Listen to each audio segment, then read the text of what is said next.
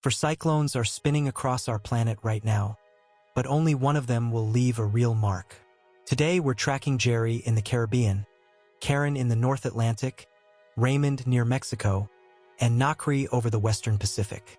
Each storm is completely different, shaped by its environment, its fuel, and its fate.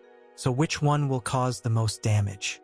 Let's start in the Caribbean, where Tropical Storm Jerry continues to struggle against strong wind shear. High-level winds are tearing the storm apart, pushing most of the rain and thunderstorms to just one side. Still, Jerry's eastern half is pounding the Virgin Islands and Puerto Rico with heavy rain and dangerous surf. The storm's winds reach 50 knots, but its structure is so lopsided that the western side looks almost empty.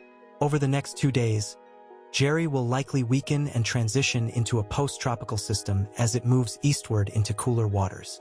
Yet, even a dying storm can bring flooding rains and deadly rip currents across the islands and Bahamas.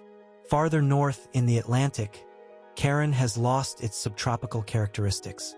Once spinning over 45 degrees north, it's now racing toward Europe as an extratropical cyclone with winds around 45 miles per hour. While it may sound weak, these post-tropical systems can merge with larger low-pressure systems, producing intense gales across Western Europe. Karen could eventually enhance a frontal system and bring heavy rain and wind to Ireland, the UK, or even northern Spain. It's a classic example of how tropical energy transforms into mid-latitude storms. Now let's cross to the eastern Pacific, where Tropical Storm Raymond is brushing the coast of Mexico. This one is the most immediate threat. Raymond's disorganized core is being shredded by strong shear from the southeast, but it's still delivering torrential rain to Baja California Sur. The storm is expected to move north into the Gulf of California, then weaken as it hits land. But the real danger is rainfall. Flash flooding and mudslides are likely across mountainous terrain in Mexico and even the southwestern United States this weekend. Moisture from Raymond could trigger storms as far inland as Arizona or New Mexico. Meanwhile, in the western Pacific, Tropical Storm Nakri is forming over warm waters and could become the most powerful system of all. Forecast models suggest that Nakri will intensify into a typhoon as it tracks towards Southeast Asia.